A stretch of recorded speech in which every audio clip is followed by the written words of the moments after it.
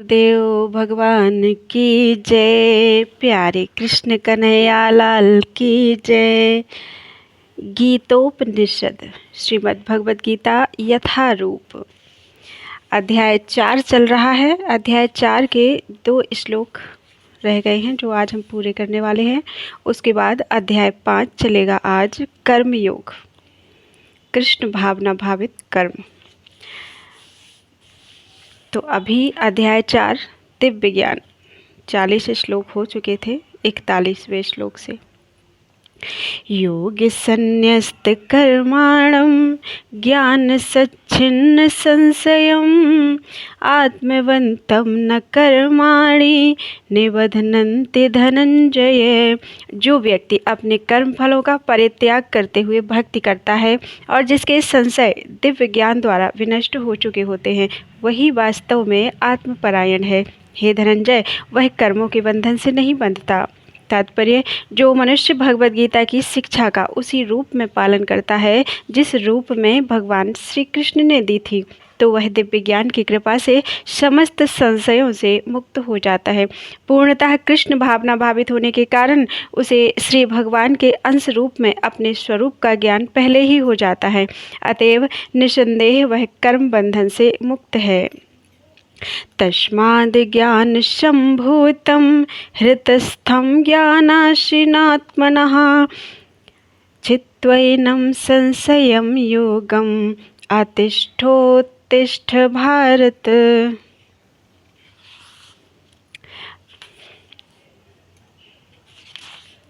अतएव तुम्हारे हृदय में अज्ञान के कारण जो संशय उठे हैं, उन्हें ज्ञान रूपी शस्त्र से काट डालो। हे भारत, तुम योग से समन्वित होकर खड़े हो और युद्ध करो। तात्पर्य, इस अध्याय में जिस योग पद्धति का उपदेश हुआ है वह सनातन योग कहलाती है। इस योग में 2 तरह के यज्ञ कर्म किए जाते हैं। एक तो द्रव्य का यज्ञ और दूसरा आत्मज्ञान का यज्ञ, जो विशुद्ध आध्यात्मिक कर्म है। यदि आत्म साक्षात्कार के लिए द्रव्य यज्ञ नहीं किया जाता तो ऐसा यज्ञ भौतिक बन जाता है, किंतु जब कोई आध्यात्मिक उद्देश्य या भक्ति से ऐसा यज्ञ करता है तो वह पूर्ण यज्ञ होता है। आध्यात्मिक क्रियाएं भी 2 प्रकार की होती हैं। नंबर 1 आत्मबोध अर्थात अपने स्वरूप को समझना, तथा श्री भगवान विषयक सत्य। जो भगवद गीता के मार्ग का पालन करता है वह ज्ञान की इन दोनों श्रेणियों को समझ सकता है। उसके लिए भगवान के अंश स्वरूप आत्मज्ञान को प्राप्त करने में कोई कठिनाई नहीं होती। ऐसा ज्ञान लाभप्रद है क्योंकि ऐसा व्यक्ति भगवान के दिव्य कार्यकलापों को समझ सकता है। इस अध्याय के प्रारंभ में स्वयं भगवान ने अपने दिव्य कार्यकलापों का वर्णन किया है। जो व्यक्ति गीता के उपदेशों को नहीं समझता वह श्रद्धा विहीन है, और जो भगवान द्वारा उपदेश देने पर भी भगवान के सच्चिदानंद स्वरूप को नहीं समझ पाता, तो यह समझना चाहिए कि वह निपट मूर्ख है। कृष्ण भावनामृत के सिद्धांतों को स्वीकार करके अज्ञान को क्रमशः दूर किया जा सकता है। यह कृष्ण भावनामृत विविध देव यज्ञ, ब्रह्म यज्ञ, ब्रह्मचर्य यज्ञ, गृहस्थ यज्ञ, इंद्रिय संयम यज्ञ, योग साधना यज्ञ, तपस्या यज्ञ, द्रव्य यज्ञ, स्वाध्याय यज्ञ तथा वर्णाश्रम धर्म में भाग लेकर जागृत किया जा सकता है। ये सब यज्ञ कहलाते हैं और ये सब नियमित कर्म पर आधारित हैं। किंतु इन सब कार्यकलापों के भीतर सबसे महत्वपूर्ण कारक आत्म साक्षात्कार है। जो इस उद्देश्य को खोज लेता है वही भगवद गीता का वास्तविक पाठक है, किंतु जो कृष्ण को प्रमाण नहीं मानता वह नीचे गिर जाता है। अतः मनुष्य को चाहिए कि वह सेवा तथा समर्पण समेत किसी प्रामाणिक गुरु के निर्देशन में भगवद गीता या अन्य किसी शास्त्र का अध्ययन करे। प्रामाणिक गुरु अनंत काल से चली आने वाली परंपरा में होता है और वह परमेश्वर के उन उपदेशों से तनिक भी विपथ नहीं होता जिन्हें उन्होंने लाखों वर्ष पूर्व सूर्यदेव को दिया था और जिनसे भगवद गीता के उपदेश इस धराधाम में आए। अतः गीता में ही व्यक्त भगवद गीता के पथ का अनुसरण करना चाहिए और उन लोगों से सावधान रहना चाहिए जो आत्मश्लाघा बस अन्यों को वास्तविक पथ से विपथ करते रहते हैं। भगवान निश्चित रूप से परम पुरुष हैं और उनके कार्यकलाप दिव्य हैं। जो इसे समझता है वह भगवद गीता का अध्ययन शुभारंभ करते ही मुक्त हो जाता है। इस प्रकार श्रीमद् भगवद गीता के चतुर्थ अध्याय दिव्य ज्ञान का भक्ति वेदांत तात्पर्य पूर्ण हुआ। बोलो वृंदावन बिहारी लाल की जय। अगला अध्याय अध्याय 5 कर्मयोग कृष्ण भावना भावित कर्म। अर्जुन उवाच संन्यासं कर्मणां कृष्ण पुनर्योगं च संससि यच्छ्रेयं एतयोरेकं तन्मे ब्रूहि सुनिश्चितम। अर्जुन ने कहा, हे कृष्ण, पहले आप मुझसे कर्म त्यागने के लिए कहते हैं और फिर भक्तिपूर्वक कर्म करने का आदेश देते हैं। क्या आप अब कृपा करके निश्चित रूप से मुझे बताएंगे कि इन दोनों में से कौन अधिक लाभप्रद है? तात्पर्य भगवद गीता के इस 5वें अध्याय में भगवान बताते हैं कि भक्तिपूर्वक किया गया कर्म शुष्क चिंतन से श्रेष्ठ है। भक्ति पथ अधिक सुगम है क्योंकि दिव्य स्वरूपा भक्ति मनुष्य को कर्म बंधन से मुक्त करती है। द्वितीय अध्याय में आत्मा तथा उसके शरीर बंधन का सामान्य ज्ञान बतलाया गया है। उसी में बुद्धि योग अर्थात भक्ति द्वारा इस भौतिक बंधन से निकलने का भी वर्णन हुआ है। तृतीय अध्याय में यह बताया गया है कि ज्ञानी को कोई कार्य नहीं करने पड़ते। चतुर्थ अध्याय में भगवान ने अर्जुन को बताया है कि सारे यज्ञों का पर्यवसान ज्ञान में होता है, किंतु चतुर्थ अध्याय के अंत में भगवान ने अर्जुन को सलाह दी कि वह पूर्ण ज्ञान से युक्त होकर उठ करके युद्ध करे। अतः इस प्रकार एक ही साथ भक्तिमय कर्म तथा ज्ञान युक्त अकर्म की महत्ता पर बल देते हुए कृष्ण ने अर्जुन के संकल्प को भ्रमित कर दिया है। अर्जुन यह समझता है कि ज्ञानमय संन्यास का अर्थ है इंद्रिय कार्यों के रूप में समस्त प्रकार के कार्यकलापों का परित्याग। किंतु यदि भक्ति योग में कोई कर्म करता है तो फिर कर्म का किस तरह त्याग हुआ? दूसरे शब्दों में वह यह सोचता है कि ज्ञानमय संन्यास को सभी प्रकार के कार्यों से मुक्त होना चाहिए क्योंकि उसे कर्म तथा ज्ञान असंगत से लगते हैं। ऐसा लगता है कि वह यह नहीं समझ पाया कि ज्ञान के साथ किया गया कर्म बंधनकारी न होने के कारण अकर्म के ही तुल्य है। अतएव वह पूछता है कि वह सब प्रकार से कर्म त्याग दे या पूर्ण ज्ञान से युक्त होकर कर्म करे। श्री भगवान वाच संन्यासः कर्मयोगश्च निःश्रेयस्करावुभौ तयोस्तु कर्म संन्यासात् कर्मयोगो विशिष्यते। श्री भगवान ने उत्तर दिया, मुक्ति के लिए तो कर्म का परित्याग तथा भक्तिमय कर्म अर्थात कर्म योग दोनों ही उत्तम हैं, किंतु इन दोनों में से कर्म के परित्याग से भक्ति युक्त कर्म श्रेष्ठ है। तात्पर्य सकाम कर्म अर्थात इंद्रिय तृप्ति में लगना। इंद्रिय तृप्ति में लगना ही भवबंधन का कारण है। जब तक मनुष्य शारीरिक सुख का स्तर बढ़ाने के उद्देश्य से कर्म करता रहता है तब तक वह विभिन्न प्रकार के शरीरों में देहांतरण करते हुए भवबंधन को बनाए रखता है। इसकी पुष्टि भागवत में इस प्रकार हुई है। नूनं प्रमत्तः कुरुते विकर्मं यदिन्द्रिय प्रीतय आपृणोति न साधु मन्ये यत आत्मनोऽयं सन्नपि क्लेशद आसदेहः पराभवस्तावद्बोधजातो यावन्न जिज्ञासत आत्मतत्त्वं यावत् क्रियास्तावद् इदं मनो वै कर्मात्मकं येन शरीरबन्धः एवं मनः कर्मवशं प्रयुक्ते अविद्ययात्मन्युपधीयमाने प्रीतिर्न यावन्मयि वासुदेवे न मुच्यते देहे योगेन तावत्। लोग इंद्रिय तृप्ति के पीछे मत्त हैं। वे यह नहीं जानते कि उनके क्लेशों से युक्त यह शरीर उनके विगत सकाम कर्मों का फल है। यद्यपि यह शरीर नाशवान है, किंतु यह नाना प्रकार के कष्ट देता रहता है। अतः इंद्रिय तृप्ति के लिए कर्म करना श्रेयस्कर नहीं है। जब तक मनुष्य अपने असली स्वरूप के विषय में जिज्ञासा नहीं करता, उसका जीवन व्यर्थ रहता है, और जब तक वह अपने स्वरूप को नहीं जान लेता, तब तक उसे इंद्रिय तृप्ति के लिए सकाम कर्म करना पड़ता है। और जब तक वह इंद्रिय तृप्ति की इस चेतना में फंसा रहता है, तब तक उसका देहांतरण होता रहता है। भले ही उसका मन सकाम कर्मों में व्यस्त रहे और अज्ञान द्वारा प्रभावित हो, किंतु उसे वासुदेव की भक्ति के प्रति प्रेम उत्पन्न करना चाहिए। केवल तभी वह भवबंधन से छूटने का अवसर प्राप्त कर सकता है। अतः यह ज्ञान ही कि वह आत्मा है, शरीर नहीं, मुक्ति के लिए पर्याप्त है। जीवात्मा के स्तर पर मनुष्य को कर्म करना होगा, अन्यथा भवबंधन से उबरने का कोई अन्य उपाय नहीं है। किंतु कृष्ण भावना भावित होकर कर्म करना सकाम कर्म नहीं है। पूर्ण ज्ञान से युक्त होकर किए गए कर्म वास्तविक ज्ञान को बढ़ाने वाले हैं।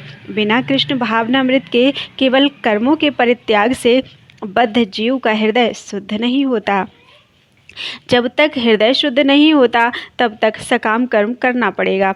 परंतु कृष्ण भावना भावित कर्म कर्ता को स्वतः सकाम कर्म के फल से मुक्त बनाता है, जिसके कारण उसे भौतिक स्तर तक उतरना नहीं पड़ता।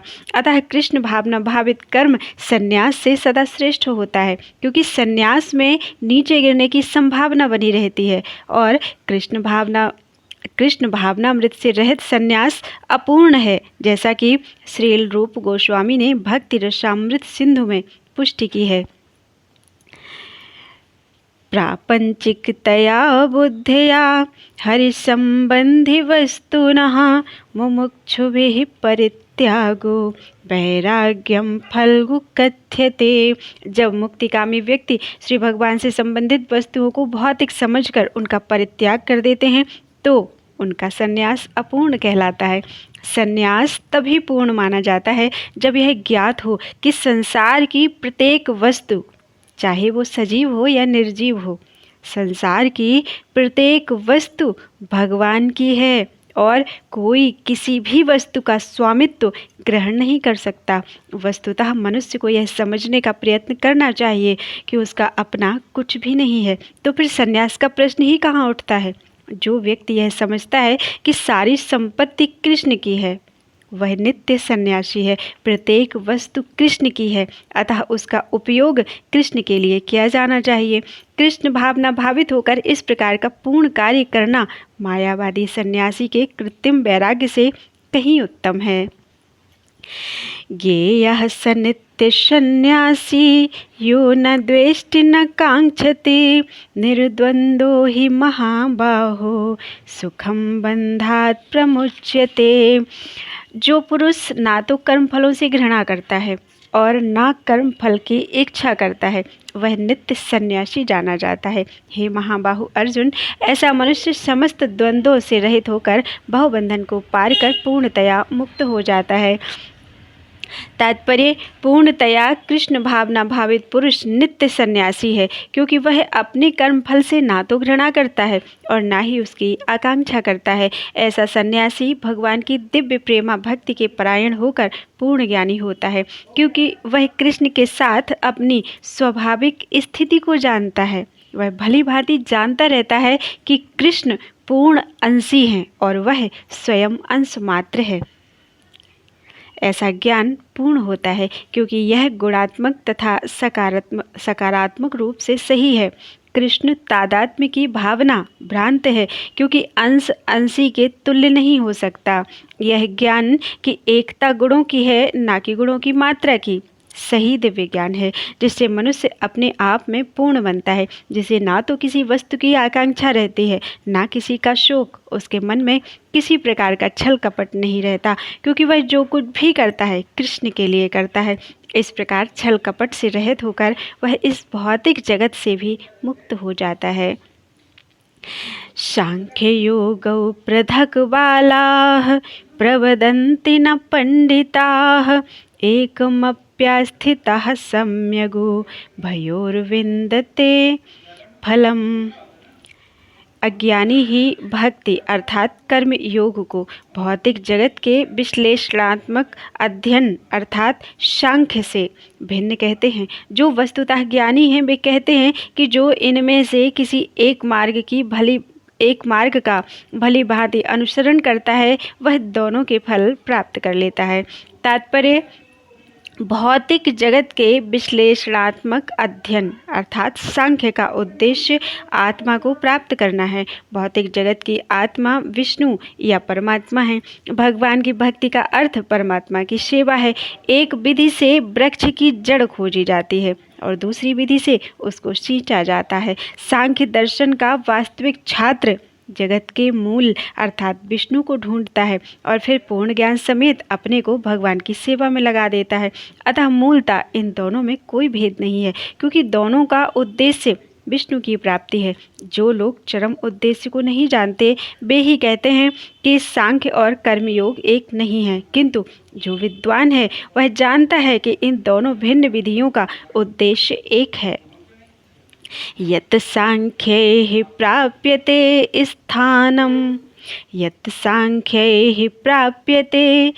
स्थानं तद्योगैरपि गम्यते एकं सांख्यं च योगं च यः पश्यति स पश्यति।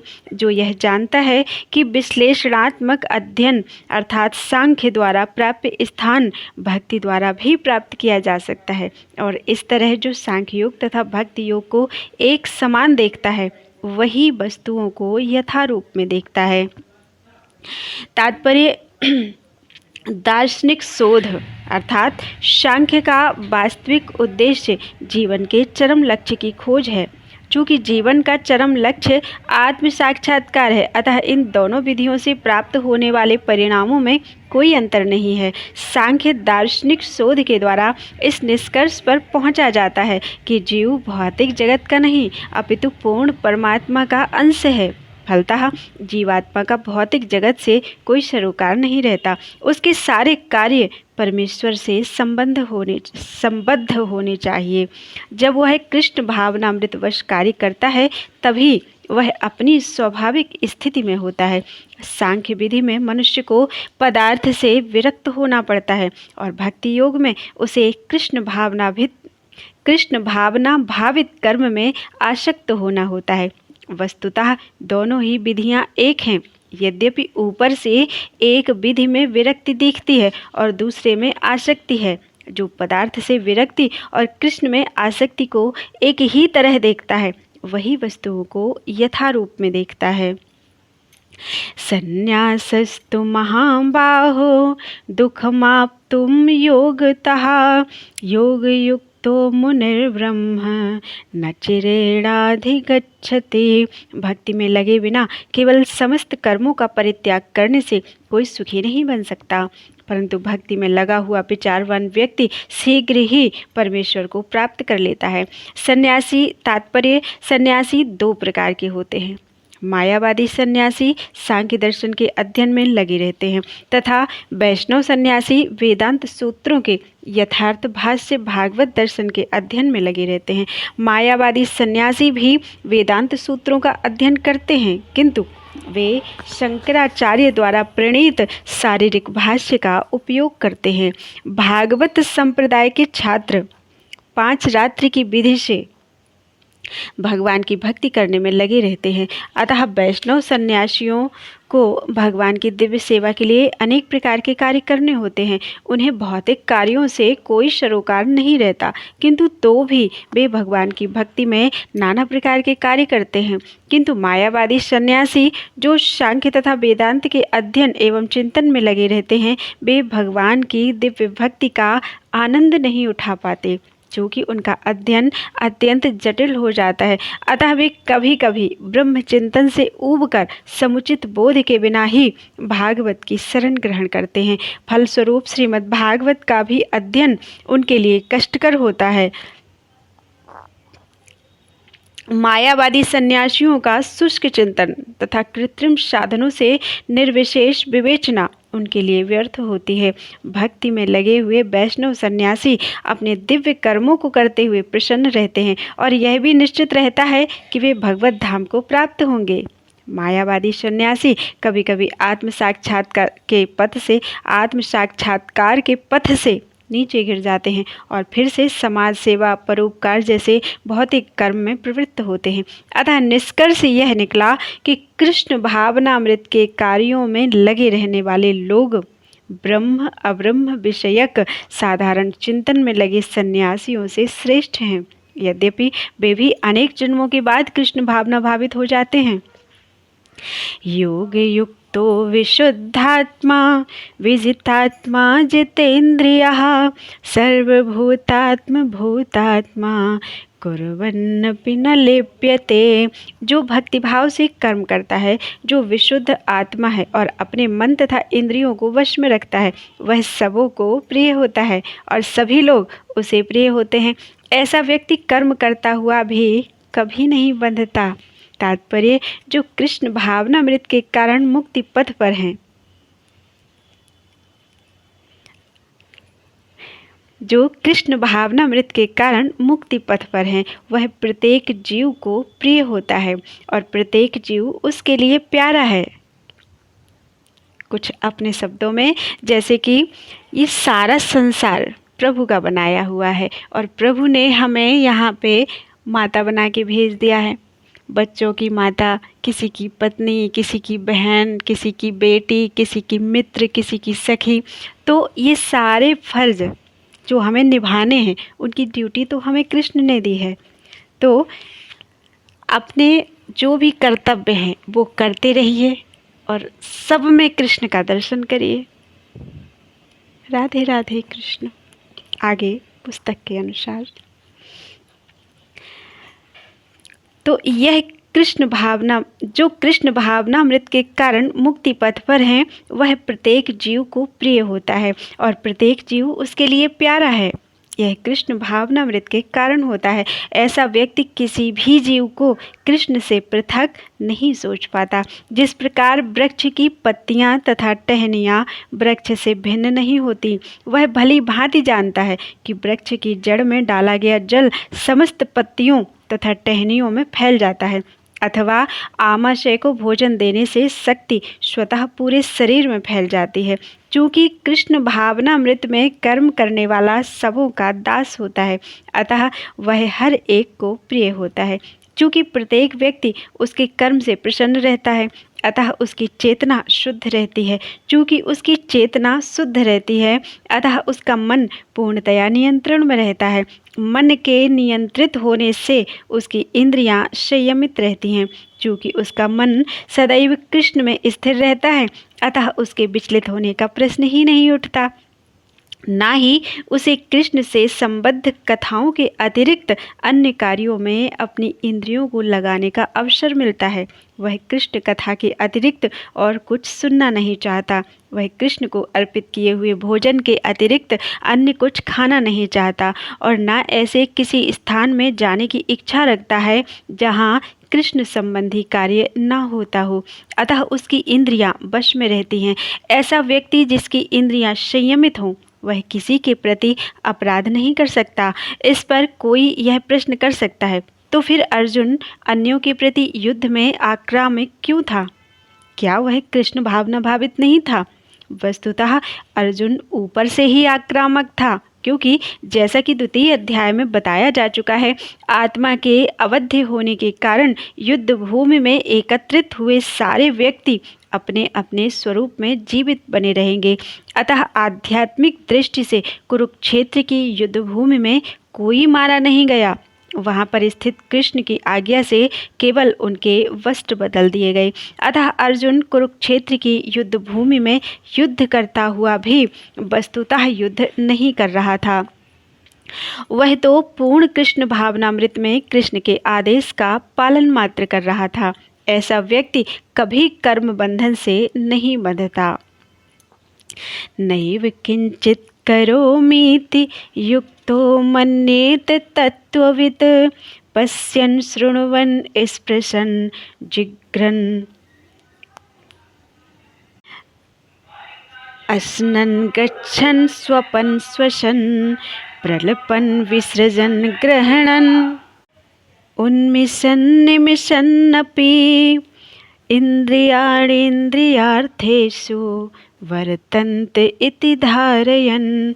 दिव्य भावनामृत युक्त पुरुष देखते हुए, सुनते हुए, स्पर्श करते हुए, सूंघते हुए, खाते हुए, चलते फिरते, सोते तथा श्वास लेते हुए भी अपने अंतर में सदैव यही जानता रहता है कि वास्तव में वह कुछ भी नहीं करता। बोलते हुए, त्यागते हुए, ग्रहण करते हुए या आंखें खोलते और बंद करते हुए भी वह यह जानता रहता है कि भौतिक इंद्रियां अपने अपने विषयों में प्रवृत्त हैं और वह इन सब से पृथक है। तात्पर्य, चूँकि कृष्ण भावना भावित व्यक्ति का जीवन शुद्ध होता है, फलतः उसे निकट तथा दूरस्थ 5 कारणों कर्ता, कर्म, अधिष्ठान, प्रयास तथा भाग्य पर निर्भर किसी कारण से कुछ लेना देना नहीं रहता। इसका कारण यही है कि वह भगवान की दिव्य सेवा में लगा रहता है। यद्यपि ऐसा प्रतीत होता है कि वह अपने शरीर तथा इंद्रियों से कर्म कर रहा है, किंतु वह अपनी वास्तविक स्थिति के प्रति सचेत रहता है, जो कि आध्यात्मिक व्यस्तता है। भौतिक चेतना में इंद्रिय तृप्ति में लगी रहती हैं, किंतु कृष्ण भावनामृत में वे कृष्ण की इंद्रियों की तुष्टि में लगी रहती हैं। अतः कृष्ण भावना भावित व्यक्ति सदा मुक्त रहता है, भले ही वह ऊपर से भौतिक कार्यों में लगा हुआ दिखाई पड़े। देखने तथा सुनने के कार्य ज्ञानेंद्रियों के कर्म हैं, जबकि चलना, बोलना, मल त्यागना आदि कर्मेंद्रियों के कार्य हैं। कृष्ण भावना भावित व्यक्ति कभी भी इंद्रियों के कार्यों से प्रभावित नहीं होता। वह भगवत सेवा के अतिरिक्त कोई दूसरा कार्य नहीं कर सकता, क्योंकि उसे ज्ञात है कि वह भगवान का शाश्वत दास है। ब्रह्मण्याधाय कर्माणि संगम त्यक्त्वा करोति यः लिप्यते न स पापेन पद्मपत्रमिवाम्भसा।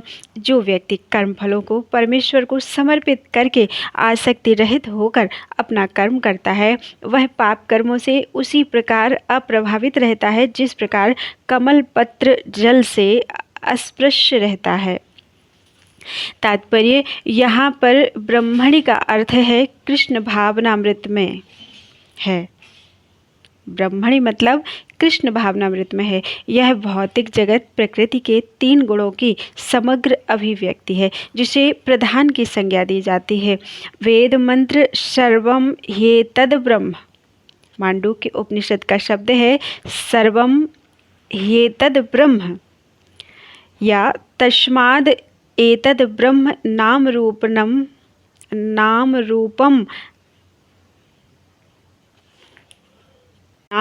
मन्नम च जायते। मुंडक उपनिषद तथा भगवद गीता में कहा गया है मम योनिर्महद ब्रह्म से प्रकट है कि जगत की ही प्रत्येक वस्तु ब्रह्म की अभिव्यक्ति है, और यद्यपि कार्य भिन्न भिन्न रूप में प्रकट होते हैं, किंतु तो भी वे कारण से अभिन्न हैं।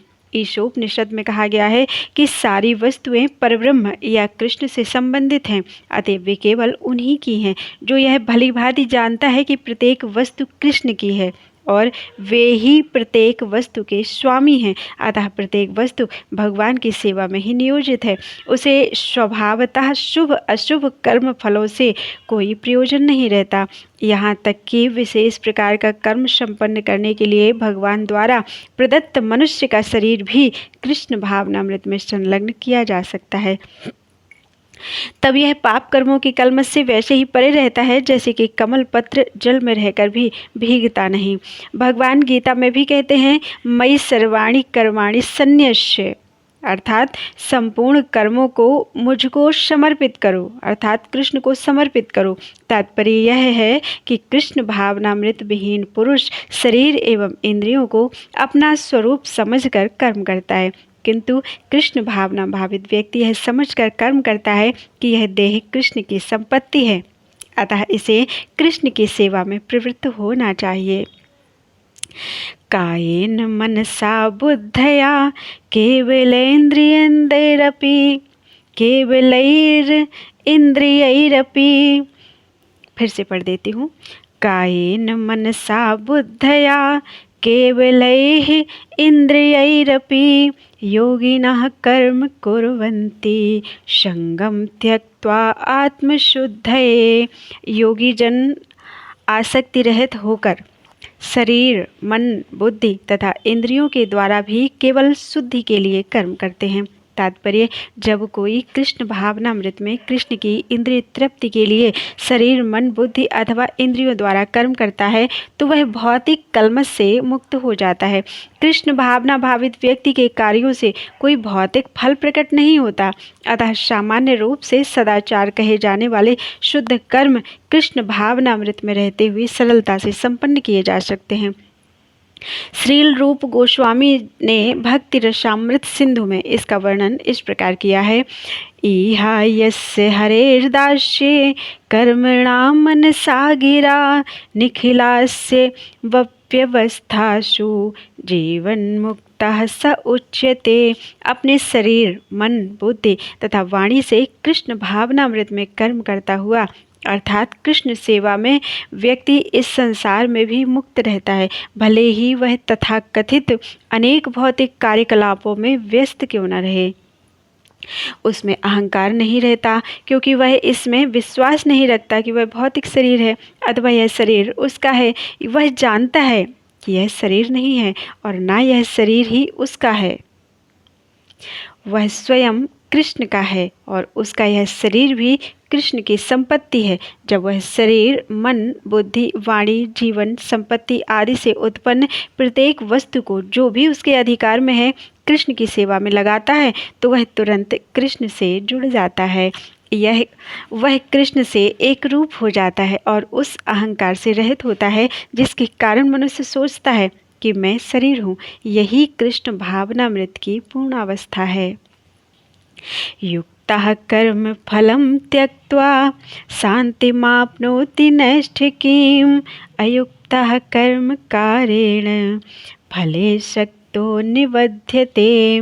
निश्चल भक्त शुद्ध शांति प्राप्त करता है क्योंकि वह समस्त कर्म फल कृष्ण को अर्पित कर देता है, मुझे अर्पित कर देता है। किंतु जो व्यक्ति भगवान से युक्त नहीं है और जो अपने श्रम का फलकामी है वह बंध जाता है। तात्पर्य, एक कृष्ण भावना भावित व्यक्ति तथा एक देहात्म बुद्धि वाले व्यक्ति में यह अंतर है कि पहला तो कृष्ण के प्रति आसक्त रहता है जबकि दूसरा अपने कर्मों के फल के प्रति आसक्त रहता है। जो व्यक्ति कृष्ण के प्रति आसक्त रहकर उन्हीं के लिए कर्म करता है वह निश्चय ही मुक्त पुरुष है और उसे अपने कर्म फल की कोई चिंता नहीं होती। भागवत में किसी कर्म के फल की चिंता का कारण परम सत्य के ज्ञान के बिना द्वैत भाव में रहकर कर्म करना बताया गया है। कृष्ण श्री भगवान है। कृष्ण भावनामृत में कोई द्वैत नहीं रहता। जो कुछ विद्यमान है वह कृष्ण की शक्ति का प्रतिफल है और कृष्ण सर्व मंगलमय है। अतः कृष्ण भावनामृत में संपन्न सारे कार्य परम पद पर हैं। वे दिव्य होते हैं और उनका कोई भौतिक प्रभाव नहीं पड़ता। इस कारण कृष्ण भावनामृत में जीव शांति से पूरित रहता है, किंतु जो इंद्रिय तृप्ति के लिए लाभ के लोभ में फंसा रहता है उसे शांति नहीं मिल सकती। यही कृष्ण भावनामृत का रहस्य है। यह अनुभूति कि कृष्ण के अतिरिक्त कुछ भी नहीं है शांति तथा अभय का पद है। सर्वकर्माणि मनसा संन्यस्यास्ते सुखं वशी नवद्वारे पुरे देहि नैव कुर्वन्न कारयन्। जब देहधारी जीवात्मा अपनी प्रकृति को वश में कर लेता है और मन से समस्त कर्मों का परित्याग कर देता है तब वह 9 द्वारों वाले नगर अर्थात इस भौतिक शरीर में बिना कुछ किए कराए सुखपूर्वक रहता है। तात्पर्य, देहधारी जीवात्मा 9 द्वारों वाले नगर में वास करता है। शरीर अथवा नगर रूपी शरीर के कार्य प्राकृतिक गुणों द्वारा स्वतः संपन्न होते हैं। शरीर की परिस्थितियों के अनुसार रहते हुए भी जीव इच्छानुसार इन परिस्थितियों के परे भी हो सकता है। अपनी परा प्रकृति को विस्मृत करने के कारण वह अपने को शरीर समझ बैठता है और इसीलिए कष्ट पाता है। कृष्ण भावनामृत के द्वारा वह अपनी वास्तविक स्थिति को पुनः प्राप्त कर सकता है और इस देह बंधन से मुक्त हो सकता है। अतः ज्यों ही कोई कृष्ण भावनामृत को प्राप्त होता है, तुरंत ही वह शारीरिक कार्यों से सर्वथा विलग हो जाता है। ऐसे संयमित जीवन में, जिसमें उसकी कार्य प्रणाली में परिवर्तन आ जाता है, वह 9 द्वारों वाले नगर में सुखपूर्वक निवास करता है। ये 9 द्वार इस प्रकार हैं। नव द्वारे पुरे देहि, हंसो ले लायते बहिः, वशी सर्वस्य लोकस्य, स्थावरस्य चरस्य च। जीव के शरीर के भीतर वास करने वाले भगवान ब्रह्मांड के समस्त जीवों के नियंता हैं और यह शरीर 9 द्वारों अर्थात 2 आँखें, 2 नाक नथुने, 2 कान, 1 मुंह, 1 गुदा, 1 उपस्थ से युक्त है। बद्धावस्था में जीव अपने आप को शरीर मानता है, किंतु जब वह अपनी पहचान अपने अंतर के भगवान से करता है तो वह शरीर में रहते हुए भी भगवान की भांति मुक्त हो जाता है। श्वेताश्वर उपनिषद। अतः कृष्ण भाव, ये श्वेताश्वर उपनिषद के शब्द थे। अतः कृष्ण भावना भावित व्यक्ति शरीर के बाह्य तथा आंतरिक दोनों कर्मों से मुक्त रहता है। न कर्तृत्वं न कर्माणि लोकस्य सृजति प्रभुः, न कर्म फल संयोगम स्वभावस्तु प्रवर्तते। शरीर रूपी नगर का स्वामी देहधारी जीवात्मा ना तो कर्म का सृजन करता है, ना लोगों को कर्म करने के लिए प्रेरित करता है, ना ही कर्म फल की रचना करता है। यह सब तो प्रकृति के गुणों द्वारा ही किया जाता है। तात्पर्य, जैसा कि 7वें अध्याय में बताया जाएगा, जीव तो परमेश्वर की शक्तियों में से एक है, किंतु वह भगवान की अपरा प्रकृति है जो पदार्थ से भिन्न है। संयोगवश परा प्रकृति या जीव अनादिकाल से प्रकृति अर्थात अपरा के संपर्क में रहा है। जिस नाशवान शरीर या भौतिक आवास को वह प्राप्त करता है, वह अनेक कर्मों और उनके फलों का कारण है। ऐसे बद्ध वातावरण में रहते हुए मनुष्य अपने आप को अज्ञानवश शरीर मानकर शरीर के कर्म फलों का भोग करता है। अनंत काल से उपार्जित यह अज्ञान ही शारीरिक सुख दुख का कारण है। ज्यों ही जीव शरीर के कार्यों से पृथक हो जाता है, त्यों ही वह कर्म बंधन से भी मुक्त हो जाता है। जब तक वह शरीर रूपी नगर में निवास करता है, तब तक वह इसका स्वामी प्रतीत होता है, किंतु वास्तव में वह ना तो इसका स्वामी होता है और ना इसके कर्मों तथा फलों का नियंता है। वह तो इस भव सागर के बीच जीवन संघर्ष में रत प्राणी है। सागर की लहरें उसे उछालती रहती हैं, किंतु उन पर उसका वश नहीं चलता। उसके उद्धार का एकमात्र साधन है कि दिव्य कृष्ण भावनामृत द्वारा समुद्र के बाहर आए। इसी के द्वारा समस्त अशांति से उसकी रक्षा हो सकती है। नादत्ते कस्यचित् पापं न चैव सुकृतं विभुः, अज्ञानेनावृतं ज्ञानं तेन मोहयन्ति जन्तवः। परमेश्वर ना तो किसी के पापों को ग्रहण करता है, न पुण्यों को, किंतु सारे देहधारी जीव उस अज्ञान के कारण मोहग्रस्त रहते हैं जो उनके वास्तविक ज्ञान को आच्छादित किए रहता है। तात्पर्य, विभु का अर्थ है परमेश्वर, जो असीम ज्ञान, धन, बल, यश, सौंदर्य तथा त्याग से युक्त है। वह सदैव आत्मतृप्त और पाप पुण्य से अविचलित रहता है, या वह किसी भी जीव के लिए विशिष्ट परिस्थिति नहीं उत्पन्न करता, अपितु जीव अज्ञान से मोहित होकर जीवन की ऐसी परिस्थिति की कामना करता है जिसके कारण कर्म तथा फल की श्रृंखला आरंभ होती है।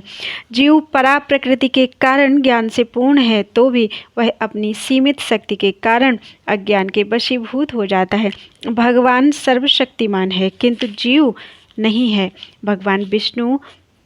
भगवान विभु अर्थात सर्वज्ञ हैं, किंतु जीव अणु है। जीवात्मा में इच्छा करने की शक्ति है, किंतु ऐसी इच्छा की पूर्ति सर्वशक्तिमान भगवान द्वारा ही की जाती है। अतः जब जीव अपनी इच्छाओं से मोहग्रस्त हो जाता है, तो भगवान उसे अपनी इच्छा पूर्ति करने देते हैं, किंतु किसी परिस्थिति विशेष में इच्छित कर्मों तथा फलों के लिए उत्तरदायी नहीं होते। अतएव मोहग्रस्त होने से देहधारी जीव अपने को परिस्थितिजन्य शरीर मान लेता है और जीवन के क्षणिक दुख तथा सुख को भोगता है। भगवान परमात्मा रूप में जीव का चिरसंगी है, जीव के चिरसंगी है। फलतः वे प्रत्येक जीव की इच्छाओं को उसी तरह समझते हैं जिस तरह फूल के निकट रहने वाला फूल की सुगंध को। इच्छा जीव को बद्ध करने के लिए सूक्ष्म बंधन है और भगवान मनुष्य की योग्यता के अनुसार उसकी इच्छा को पूरा करते हैं। आपन सोची होत नहीं, प्रभु सोची तत्काल। जो हम सोच लेते हैं वो नहीं होता, लेकिन जो प्रभु सोचते हैं वो तुरंत होता है।